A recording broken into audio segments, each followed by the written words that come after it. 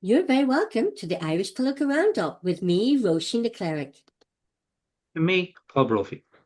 During the 2024 European election campaigns, I had the pleasure of meeting our guest for this interview, Senior Counsel Barrister Roisin McGurk. When I turned up and recorded an impromptu interview after Una was a guest on local radio European candidates panel debate. Una McGurk SC, retired from practice, is an Irish barrister and senior counsel with a deep interest in justice and human rights. Una has had a very diverse career with experience and expertise in a multitude of disciplines in areas of civil and criminal law, including refugee and mental health law, with a strong career focus on human rights. Una served on many government tribunals in quasi-judicial roles. Una McGurk says her goal in life is to empower individuals and communities to have and to live in a just and fair society. As a committed humanitarian, Una has many highly developed life skills, including legal expertise and experience in negotiation, mediation, conflict resolution, and geopolitics. Una McGurk, you are very welcome once again to the Irish Political Roundup. Thank you very much, Roisin and Paul. It's a pleasure to be here. Una, you are an esteemed barrister here in Ireland, especially around the area of human rights and immigration. Over the last 5 years, you have been front and centre in the public area of highlighting issues relating to the consequences of the COVID restrictions, censorship, cancel culture, and issues relating to free speech. We here in Ireland had the strictest lockdowns in Europe, I believe. I would like to touch on the COVID issues a little bit later on, but first, if we could talk about Ireland's immigration problem first.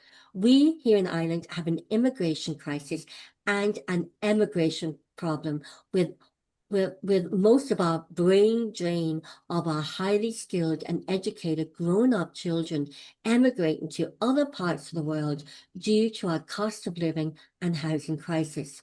You spoke recently with a YouTuber, Unbroken Man, about the immigration crisis here in Ireland. So let's start off with the topic of immigration and the increase of immigration here in Ireland. Una, there's been an increase in immigration entering the country with many different cultures, which some might say are culturally incompatible with Irish culture. What were your thoughts on that? Well, I think it is clear. I don't have the statistics, but they're widely available and they're out there on mainstream media that, yes, we have had a significant increase in the numbers of people coming to Ireland. That's both legal immigrants and illegal immigrants who come usually as international protection applicants or asylum seekers, and they come looking for refugee status. So we've effectively had both, and both are still coming into Ireland at the moment. Yes, that's correct. And we've had an increase, especially after the former minister, Roderick Gorman. He put out 8 posts in 8 different languages telling people, come to Ireland and, you'll have your own front door and accommodation.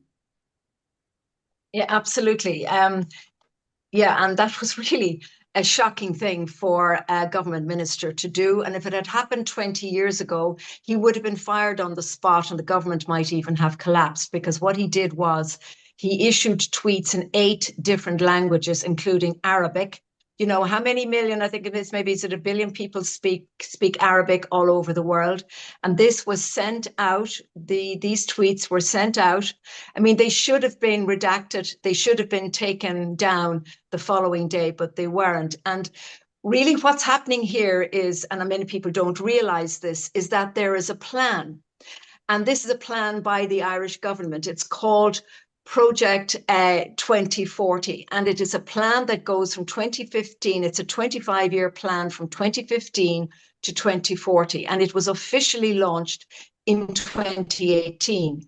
Now, it's essentially, it has or was essentially spearheaded by Fine Gael ministers, namely Simon Coveney and Leo Varadkar at the time. Simon Coveney, as you know, his mentor was Peter Sutherland, the late Peter Sutherland, otherwise known as the father of globalism, and someone who very strongly promoted the concept of migration into Europe, which is now causing such a problem. But in any event, the essence of this plan, Project Ireland 2040, is that the government intended to have in Ireland, both north and south, a population of 8 million by 2040 and 10 million by 2050.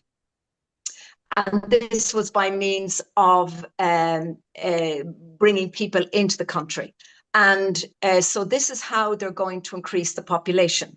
Because as we know, birth rates are dropping in Ireland. I think they've gone down 23% in the last 2 years.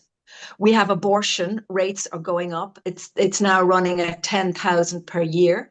And then many of our young people are emigrating. And so what we have is an increase in births to foreign mothers. It's gone up by 114%.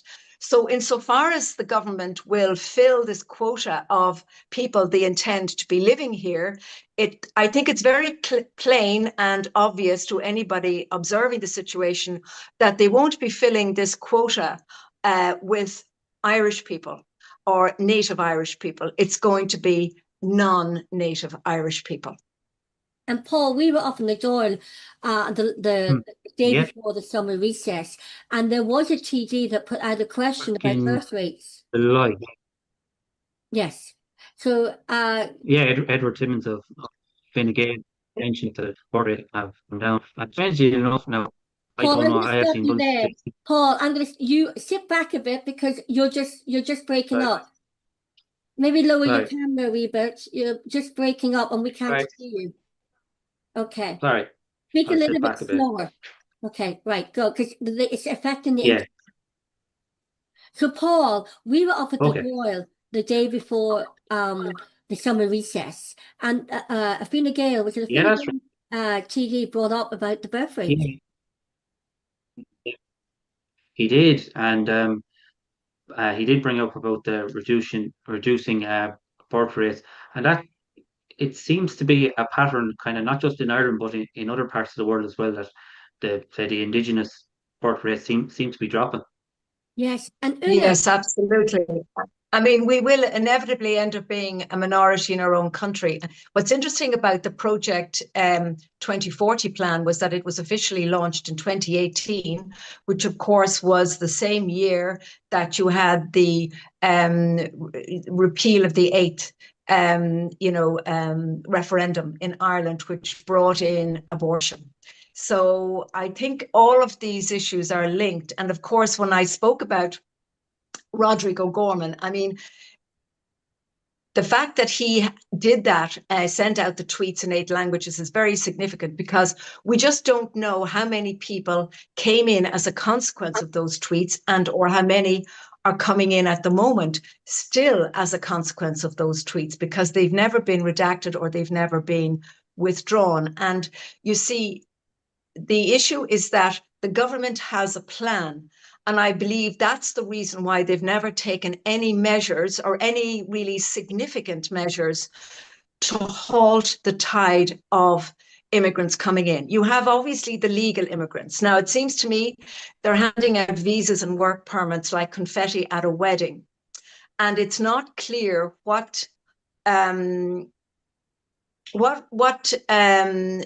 restrictions they have in place to govern the inflow of people, or what guidelines they have in place to ensure that everybody who comes in meets the appropriate standards and requirements in order to work in the various sectors in Ireland. As you know, in Australia, they have a very strict point system. And unless you fulfill the criteria under the point system, you won't be allowed to become a resident or subsequently a citizen. Whereas here, it's not clear what system are we using to vet the people who are coming in legally into the country. That's the first thing. Now, what I need to emphasize, both with regard to my comments regarding both legal and illegal immigrants, is that what we're talking about here are numbers. We're not talking about individuals. I think every one of us knows one or more non-nationals who are here in Ireland, working in Ireland, who have integrated, who are making a great contribution to this country. And they're contributing to Ireland, and we're very happy to have them. So it's really about the numbers. That is the problem. So the first thing is, we don't really know or understand the exact circumstances under which legal migrants are coming into the country. We're simply told that we need them. For example, we're simply told that, oh, our health system would collapse if it wasn't for all the foreign doctors and the foreign nurses. Yes, but what about our Irish doctors and Irish nurses who are leaving because the terms and conditions are not appropriate for them to work in Irish hospitals or in the Irish public health system, and because they cannot afford houses? So there has never been a public debate allowed by this government or previous governments on these issues, because they don't actually care about the views of the citizens, because they have a plan, as I said to you, and the end goal is to fulfill this quota that they've been instructed to fill, and they haven't received those instructions or mandate from the Irish people. They're clearly getting their instructions from other, from globalists, and most likely from other supranational organizations like the EU and the WEF. And as we know, many government ministers are members of the WEF and are graduates of the Young Leaders Program, which was organized by Klaus Schwab. So these people are clearly taking their instructions from other entities, which means they are not acting for and on behalf of the Irish people with regard to this particular program. Then with regard to the illegal immigrants, we know that these numbers are increasing. It's really quite obvious. It's a major problem, not just in Ireland, but also in Europe. And my concern, and that of many others, is that there is nothing now being put in place or in place which can halt the tide of the numbers, which are coming up steadily from sub-Saharan Africa up through Europe, across the English Channel, and many of them are then coming up through the UK and crossing from Stranraer to Larne and coming straight down into the IPO office. And the Minister for Justice, the current Minister for Justice, Jim O'Callaghan, has admitted that, because they're coming straight down and they're applying immediately for international protection. And so this is what's happening. They're also coming, of course, across from the Middle East as well, and taking the same route. Now, we don't have any border checks or control on our border between Ireland and Northern Ireland, so this is a problem. There is also an issue with them coming in into the ports or in by plane, and as we know, it was very, very serious problem recently where they were all destroying their passports coming in. The government were not applying the Immigration Act, because it is actually an offence to land in a country without your documentation. And I think there was only one prosecution between 2019 and 2024, and I don't believe that there was a conviction. So what happens is they're bypassing the Immigration Act and they're going straight into the asylum system then at that point. And the other issue that I think, there's a couple of other issues which are relevant to the numbers, because I presume your question or your query relates to the numbers. The Irish government could have detention centres here in Ireland. They could have them close to the airports or the ports, whereby people who come in without the proper documentation, such as their valid visa or their passports, could be kept in detention. I'm talking about proper circumstances where their human rights are respected, until such time as it is determined where they've come from. And that hasn't been happening. And there is scope for the Irish government to do that under the Reception Directive, to which we have subscribed, and is part of the law here in relation to the asylum process. But our government has not done that. And I believe that if they did that, that would act as a very significant deterrent to the numbers coming in. And it's very interesting that in Denmark, for example, which is also part of the EU, they do have detention centres, and their numbers have reduced significantly. They have, I think last year it was either 470 or 740 applicants for asylum in Denmark, because many of them knew they would have to go into detention centres. They didn't want that. They knew by coming to Ireland, they could bypass all our legal restrictions, go straight to the IPO office, and straight away they would be given the appropriate cards, and they would just be in the system. So the government have not put in that deterrent. And then, of course, they have all the members of the Oireachtas and the government, of course, opted in to the EU Asylum and Migration Pact as well. And once we did that, we effectively lost control of our borders. We just ended up ceding more sovereignty to unelected bureaucrats in Brussels, which means that now relocated asylum seekers can be sent to Ireland, and the numbers and quotas will be determined by unelected bureaucrats in Brussels, not Irish officials. We've no control over that. And if we choose not to take any relocated asylum seekers, we will have to pay a penalty of €20,000 per annum per asylum seeker in perpetuity. So that's what our government and our members of the Dáil and the Seanad signed up to last year. You may recall I was endeavouring to try and halt that process, and I know many people responded to the endeavours of myself and others to lobby TDs and senators not to sign up to the EU Migration Pact. And thankfully, many of them didn't.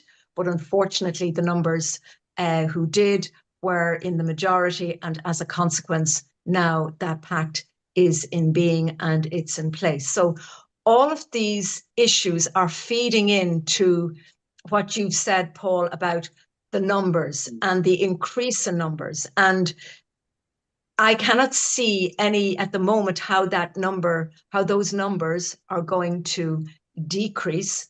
And then underlying all of these issues that I've just set out is that plan by the Irish government. And I think many people are unaware of that plan, which is why I wanted to bring it to your attention.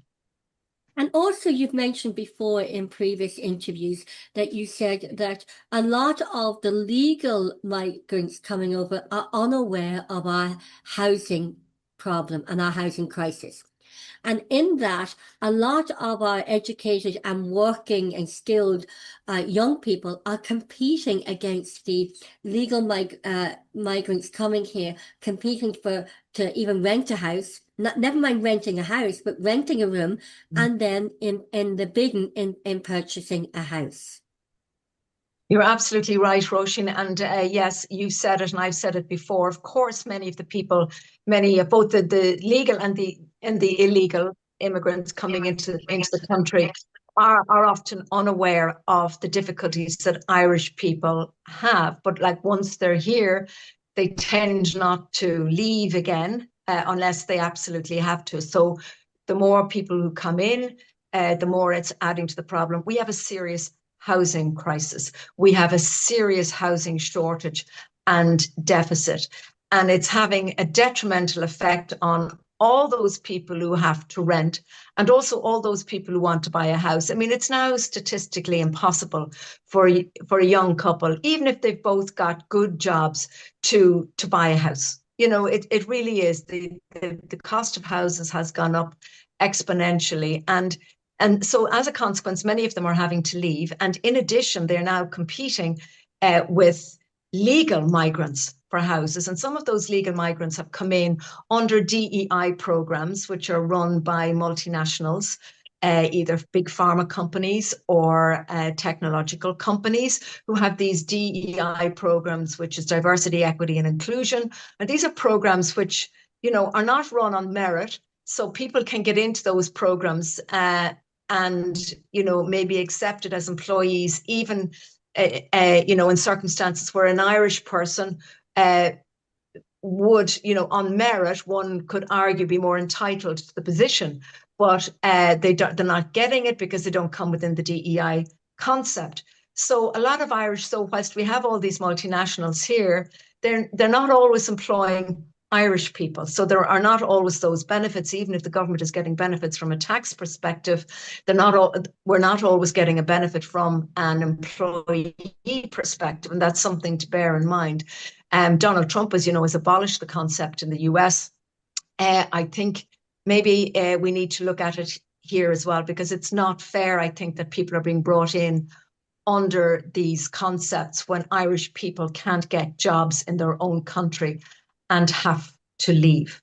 And when you add to that problem, we have now essentially a breakdown of the social cohesion in the country, because all our services are stretched, whether it's medical, whether it's hospitals, doctors, GPs. Irish people are now having to make appointments with their GPs 2 weeks in advance. There are many GPs now who are saying, sorry, our doors are closed. We can't take any more people. There was a time, and not so long ago, when you could simply walk in off the street into a GP's surgery to have your issue dealt with. Now you have to make an appointment, and if it's an emergency, you have to go to A&E and you have to wait for a long time. So the Irish people are losing out because of all the people that are coming in. In addition, it's the same in schools. Children whose parents and grandparents grew up in a particular area now are having to leave that area to go to school elsewhere in order to accommodate, and so that the school can accommodate the children of either legal or illegal immigrants.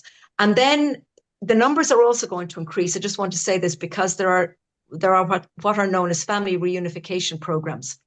So not only are we having to deal with the immigrants come in themselves, but they frequently can apply to bring in their family members. So the numbers are going to increase and increase. We don't have the services to cater for that.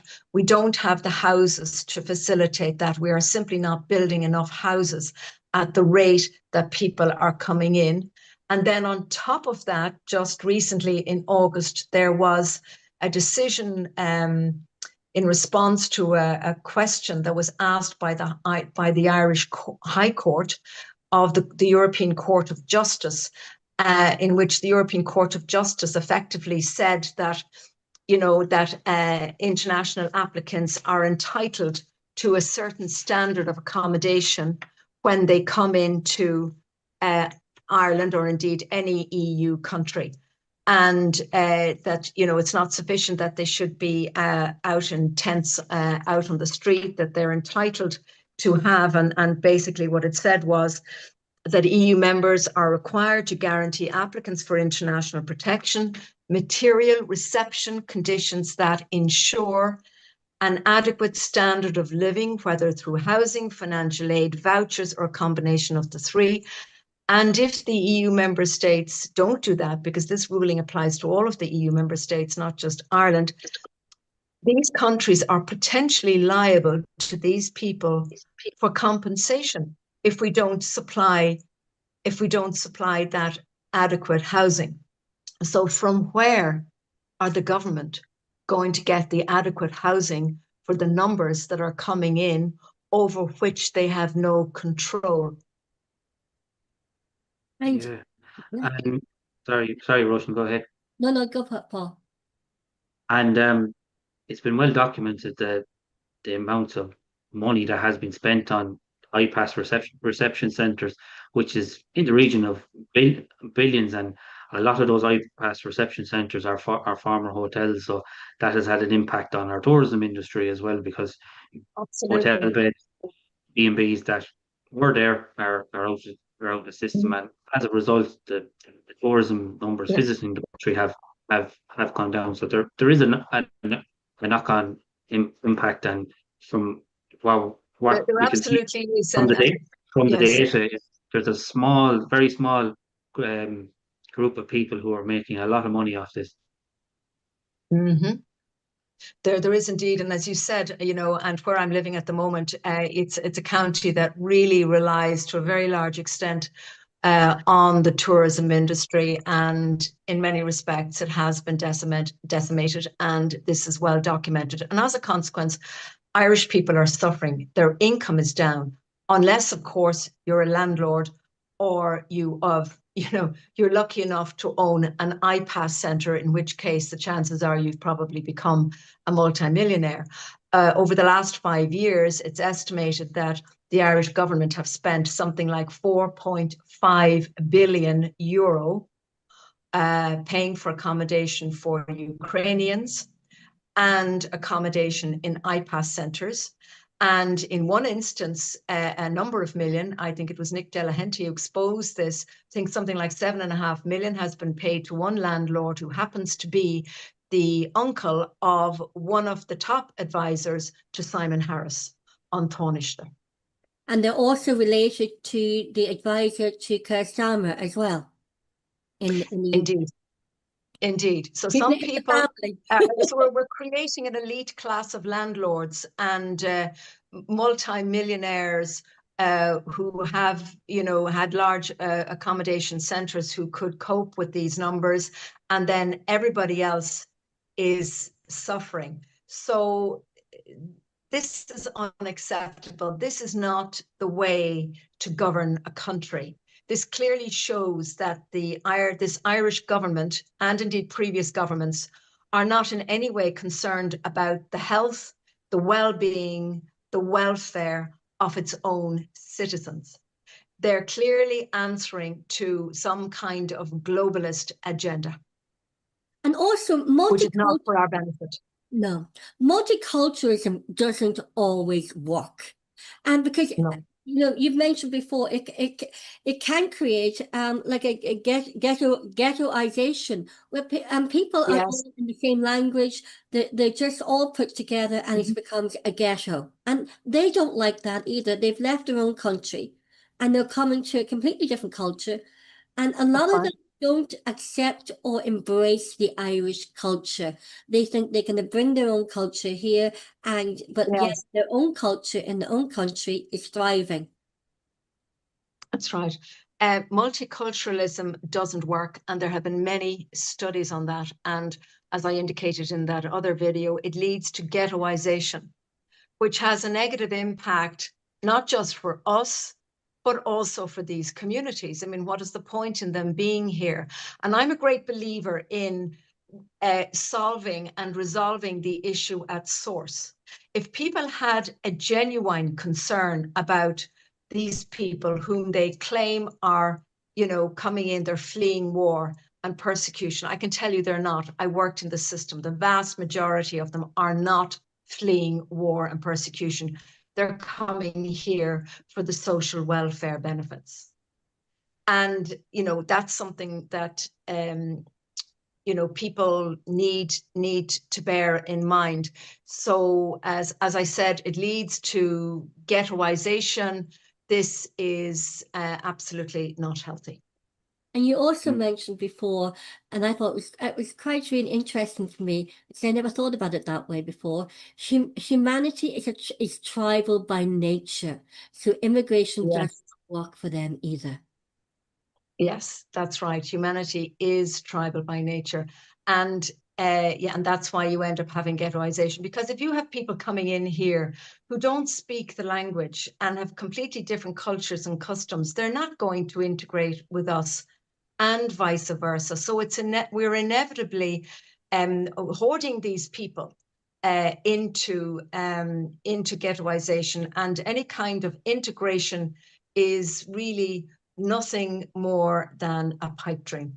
Yeah. It just simply will not work, Roisin. Definitely not. And sorry, Paul. Sorry, Roisin. I think it was Nick Delahanty actually mentioned it during his presidential campaign pitch. He talked about the Danish model where regards integration, where you'd have the main culture that would be the main thing, and then you'd have different ethnicities as well. So So it's based on the fact that you have your main culture, you have to accept that, and then other cultures, they just have to try Yes. integrate People into who that. come here should be prepared to integrate, Yeah. and it should be part of the process. But this is where the concept of human rights has really gone too far, where this idea that we must completely and absolutely accept and respect every aspect of every culture is not appropriate, because certain cultures and religions do not want to integrate with us. And in fact, their ethos is very much at odds with our ethos, which is a Judeo-Christian ethos. And, without naming it specifically, we know that there is a certain religion out there whose duty is to create caliphates and to ensure that we don't have Judeo-Christianity. This is unacceptable, and we can't have that in this country. But once again, there's no debate about this issue. There's no allowance for debate or for any opinion that varies from what the government's opinion is, which is that we must bring as many people in as possible, and we don't have to really investigate them or know where they're from. And so many people have come in here and have gone through the system and have been accepted by the system. And to this day, we really genuinely do not know where they came from. There was a study done by, I think, the Jewish university, which estimated that Ireland had the second highest number of ISIS fighters members of ISIS amongst its Muslim population. That was in 2018. So has it gone up since then, or has it gone down? Or indeed, does anybody know? I doubt it, because once again, we didn't have detention centres where these issues could be determined and clarified. So it's just like, it's a free for all. Anybody can come in. We don't know who they are or where they're coming from. And as you know, migrant crime has gone up. And you mentioned this earlier with regard to one of the reasons why, apart from the fact that many of the hotels and the guest houses have been taken up and turned into IPAS centres, another reason why tourists and visitors are not coming to Ireland is because of the increase in migrant crime. And they've been told by their embassies that it's not safe to come to Ireland. And Dublin is no longer classified as a safe country. So this is very serious. And the other issue I wanted to mention, and I apologize, it went out of my head at the time, but if I may say it now in case I forget. None of us want a situation where any human being anywhere in the world is under siege, is suffering by virtue of war, by virtue of persecution in their own country, is living in circumstances where they or their children do not have enough to eat, or they're living in fear. There is nobody with a beating heart in Ireland or anywhere else who wants that for any other human being. But what I would say is that the solution is not to bring people from the third world into Ireland to destroy the social cohesion of Ireland and its people. The answer is to solve the problem at source. We need to send our diplomats and our ministers and our volunteers out to these places to resolve these conflicts, whether we do it through the UN, whether we do it through other international organizations, but there are ways and means in which Ireland can play a huge role in resolving world conflicts to such an extent that there is no need for these people to leave their country, but that we can change the circumstances in their country whereby they can stay and make a contribution to their own country, and then allow the Irish people to stay in their country and make a contribution to their own country without sending our best and brightest out of Ireland to make a contribution in other countries, like, for example, Australia. And the end result is that we in Ireland, we're losing out every which way because of this bizarre policy by the Irish government, which is not in the interests of the Irish people, no matter what way you look at it. And I grew up in the Middle East. I grew up in Africa. And when we went to the Middle East, we had to submit all our family's history. We had to apply for visas. We had to make sure, we had to go through all the protocols. My daughter was working as a doctor in Australia. The scrutiny that she went in was so stressful that everything, they double checked, triple checked all her documents, her history, her, did she have a criminal background? Everything, and all her documents. And ensuring that all her, they even wanted her exam results from when she was in junior cert. The schools that she went to, and yet the difficulty that she had in just going to working in Australian hospital for 1 year was nobody who applies for Irish visas would go through coming here. You're absolutely right. I don't know of anyone who has to go through those checks and balances. And thank you for highlighting that, because that's your personal experience. My own nephew as well went to Australia. He was very highly qualified in certain areas. He had to jump through hoops and redo all the tests over and over again just to get in. And now thankfully he succeeded and he's doing very well. But I don't believe that the people coming in here on the visas being handed out like confetti at a wedding by the Irish authorities are having to go through the same processes. And we're hearing anecdotally that there are concerns about standards in certain establishments and institutions for that very reason. We live in an era where it's very easy to to forge documents. Now, I'm not saying that people who've come in here have forged their documents. I need to be very careful about that. There are some very, very highly qualified, competent, excellent people who are non-nationals working in our health service. I've met them myself. I know them. But I also know that they have concerns themselves because they know that others have come in and haven't got the proper or appropriate qualifications. So basically what's happening now is that our standards are dropping all the time. And this just is not good enough. And the other thing that really upsets me, and even though I wasn't blessed to be a mother myself, I have nieces and nephews that I love very much, and grandnieces and grandnephews. But what's happening now is that my sisters and many people like them will never really know their grandchildren in the way that my grandmother knew us. The only relationship they can have with their children is via a screen. Their grandchildren rather, and their children, of course, as well. How tragic is that? I mean, the cost of flights to Australia is phenomenal, and only those who have a lot of money can actually go. So there's a whole generation of women of my age, older and younger, who now will never know their grandchildren other than through a screen. And to me, that is tragic.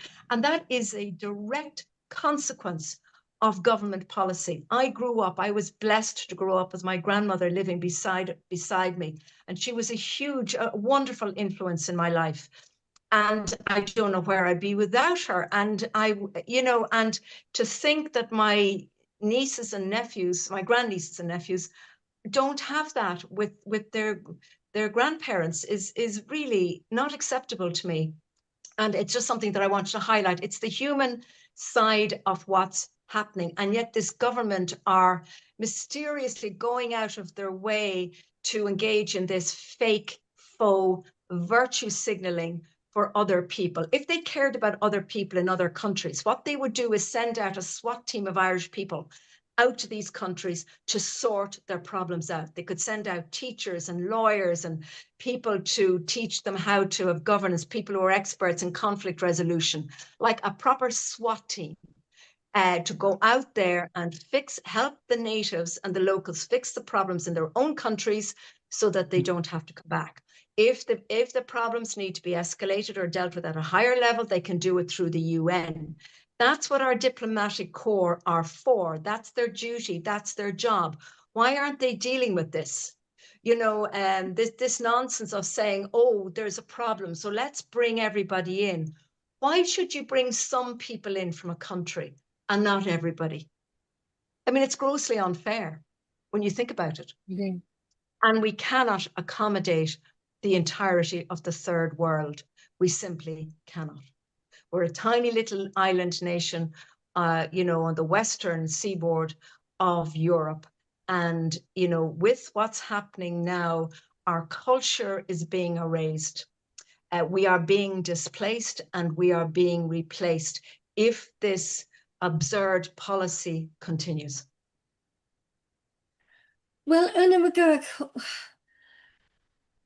I'm completely, again, just amazed at your wisdom, your knowledge, your life experience, and everything that you have. Because your background is in immigration law. You've worked in that area and of refugees, so you know exactly what you're talking about. And it's great to actually have a senior counsel barrister here with us and talking about the legalities of it, because it's really important that we get the people with the experience to come Absolutely. on and talk about it. And you see, what's interesting is this, and I will say this, I was involved, you know, 25 years ago in the initial stages of setting up an asylum system. And as a humanitarian, I am, you know, my heart bleeds for anybody who's genuinely suffering and has to come, you know, has to come and seek refuge somewhere. But the problem is the situation has changed drastically. It's now become a big business, a big international human trafficking business. Yeah. And basically, a lot of the people who come are having to pay agents to take them to Ireland.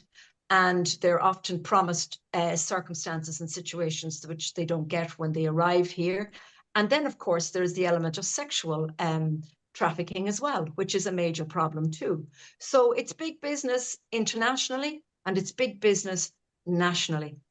And that has to stop in order to respect the dignity of the individual. But the best way to do that is for people really to be and to remain, except in exceptional circumstances, to be and to remain in their own homes, in their own countries, where they can live lives of dignity and safety and justice. And what we should be doing as a nation is using our expertise to go out there into the world to ensure that this happens. And if needs be, we can bring people in to train them up and to teach them skills that they can utilize to bring back to their own countries. Now, Yeah. that would be a very sensible solution to the problem. But you see, there's the plan. And I keep coming back to this dastardly plan about where a group of politicians without any mandate from the people decided that we should have North and South, 10 million people living in our country by 2050. And who are they to decide that? It's not without the support and the mandate of the Irish people. Yeah. You touched on the human trafficking. Paul and I recorded a video on human trafficking, child trafficking. But Ireland, we'll just touch on this briefly because we might get you back on to talk about this with another interview. Ireland is on, before COVID, Ireland was on tier 2 of the world's watch list of the child trafficking list, taking off on COVID because we were on lockdown, yet all our borders were open, our sea, our land and air borders were all open. So that still, and we were still one of the highest countries in human and child trafficking and for sexual exploitation. And we're still, we looked it up, we're back on as tier 2 of the world's watch list of child trafficking. But in fact, the Irish government are responsible for this because by virtue of the fact that we don't have any proper, secure border controls, they are enabling this very problem to happen. So that's what our government are doing. They're enablers of the human trafficking problem by virtue of their open border policy. And you said, and they need to be held accountable and they need to be held responsible. But as you know, the mainstream media, as the fourth estate, whose duty it is to hold the government to account on all of these issues, are not doing their job. And that's why it's down now to people like you and Paul to do it. And bless you for doing it, and bless you for highlighting these issues.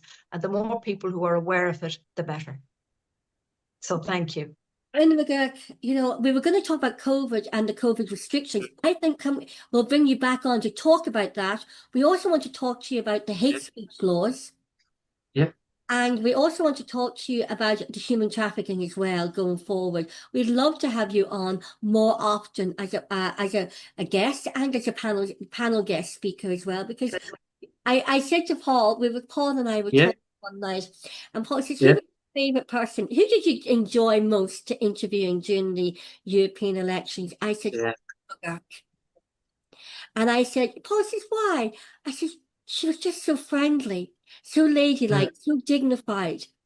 And I said, it was Una McGurk. So when you touched base with me again, I went, oh my God, Una McGurk, because I knew you were so busy. And I sent you a message once saying, we'd love to have you on, and you were busy. And I said, get back to me when you're not so busy. But you know, it's lovely to have a real woman who's supporting other women, and you do it for the right reasons, with dignity and grace and femininity. And I think we need that back into everything. Oh, that's wonderful. Thank you for those very kind words, Roisin.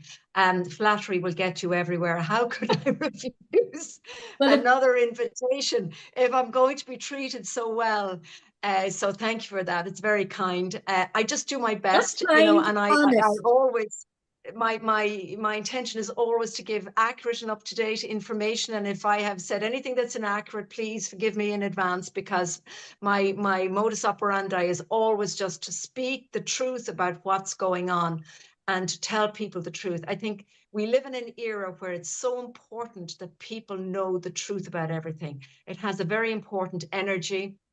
And I think it will help us all to navigate these difficult times. And also what I really want is for people to hold their politicians to account in whatever way they can, because that job is not being done by the mainstream media. So it's up to people like you and Paul and others and all those wonderful digital warriors out there who are doing amazing work, who've come on the scene, especially in the last 5 years. And every one of you are to be commended for the incredible work that you're doing. So keep it up. And between us all, if we just keep speaking truth, truth will prevail in the end. I firmly believe that with God's will. And I think Paul and I both left the mainstream media due to censorship and other issues. But the mainstream media, as you said, they are not doing their job, which is in every every exam of any media degree, is what is the role of the mainstream media? Is to hold the government and the politicians to account. And it's a lot of things, but that is the first main. And they're not doing it. They're actually sort of covering up and working with the government, hegemony in the media. And Una, you made a brilliant And Una, you made a brilliant point there. I say this now before it goes out of my head about that we have about if Ireland can send, you know, the very talented people they have to help these countries deal with our problems. And if we go back down through the centuries, the one group that went abroad and did so much good work, particularly around education, was our missionaries. So absolutely, the land of saints and scholars. That's one example where we have helped people. Exactly. And so the precedent is there, Paul. Why aren't we doing it again? They didn't come, you know, the hordes didn't come from Africa over to Ireland. No, we went out and we brought our skills and our knowledge and our wisdom with us. And it was very much appreciated, whether we went to Africa. I mean, I'm talking about even the Middle Ages, where they went to Europe, where the monks went to all over Europe. And then in recent times, of course, we had the missionaries who went to Africa and they educated so many, you know, young African children in various countries in Africa, a fact which is very much appreciated. So why couldn't we still do that? I mean, you know, we don't have to do it we can do it through religion or not religion, as the case may be, whatever people want. But this absurd idea that, no, we must stay we'll send our young people off to other countries, and then we'll import the third world. Now, I know it's not always the third world, but we'll import the third world into our country. It's, where is the logic in that? And, you know, people need to sit down and think about what they're doing instead of following orders and reading from a script. Yes. A script that has not been mandated for them by the Irish people. No. And we all know that now. So I think the game is up, and I think it's time our government stopped pretending that we don't know what they're doing. And I can vouch for that, because when I lived in Africa, my mother used to invite the Father Convoy and all the nuns over for dinner every weekend. And my father actually, we lived in Nigeria, in Warri in Nigeria, and like my father was one of them people who went out to help with show and teach people with their expertise, and and in Saudi Arabia as well. I lived in Saudi Arabia, and we were not allowed to practice Christianity. We weren't allowed to be Catholic. I had to live there by their rules and abide by their laws, and but it seemed to be that the case when they come here. But when we go there, we have to do that. So there's a bit of double standards there. Absolutely. And my own aunt, who was a nun, set up a mission in Bophuthatswana, which was a black homeland in South Africa. And I went out in my first year after I qualified. I went out to help her in the mission. And she, again, taught all the young African women, you know, all these skills about how to shorthand and typing so they could all get jobs. And the men were taught how to become mechanics. And she did such an amazing job along with the other sisters in her order, and she was just one of many people. So of course the numbers of in our religious orders are declining. That might be a factor, but I mean, lay people could go out. The government could be paying lay people to go out and work in these countries to provide a benefit, you know. And then bring them back after a contract. Bring them back. And you know, and Bring them back. Get experience. We all came back as expats from Africa and the Middle East. So, and I'm just so delighted my daughter came back. I'm just so happy about that, because I know a lot of her colleagues are staying out there for 3 years in Australia now, not 2, because they say the cost of living, the tax, the money exchange, the savings, and they can't even the price of chocolate and butter has gone up. Why would they come back? And the jobs. I know. It's just, Fighting it's so for sad. jobs. And you know, our government are just, you know, distracting us with bread and circuses again at the moment, and not dealing with these real issues. But it's a credit to you and Paul that you are dealing with them. So thank you very much for giving me the opportunity to express. I mean, at the end of the day, it's just my opinion. I'm here in my own capacity. Others may have a different opinion. I you know, fully accept that. I don't expect everybody to agree with everything I say, but why do we not have any debates about these real issues on mainstream media? It's just not allowed. It's just the one narrative, and that is not healthy for any democracy. And I think we all know that. And we all we debate and argue to learn. Of course. That is the key of debates, listening to different point of views and getting our point of view across. And I grew up in Derry in the north, and I had different opinions from my best friends, and we had our different opinions, but we still went out swapping clothes and dancing and makeup, doing our hairs out with our, and dancing to the discos, to the Townsman and the different places in Derry and in Donegal. And fantastic. It's a joy. It's actually nice to be able to politely, respectfully disagree with someone, but still be friendly. Of course. And that's how it should be. But it seems that no alternative discourse is allowed at all. That's very unhealthy for a society. How can a society grow and evolve that way? It can't. It's just designed to control and stifle a society. But we know what the objectives are in other areas as well. So this is just part of that jigsaw puzzle. Well, Una McGurk, retired former barrister and senior counsel, Thank you so much indeed for gracing us with yourself here on the Irish Political Roundup. And what I said earlier on is Paul knows I'm a typical straight northerner, and what I said wasn't kind, it was truthful. And that's been my experience of interviewing you in any interaction. I always come away feeling much lighter and much happier after speaking with you. So thank you so much. Thank you. It's not all doom and gloom. So, I mean, I have to say, I have hope as well. Things will change, but when people know what's going on, then they can all help. We can all pool our resources to bring about change. And that's what we needed. Yeah. So, Una McGurk, thank you so Thank you. much for taking the time for joining Paul Brophy and myself here on the Irish Political Roundup. Thank you very Thank much, you, Una. Roisin and Paul. Thank you.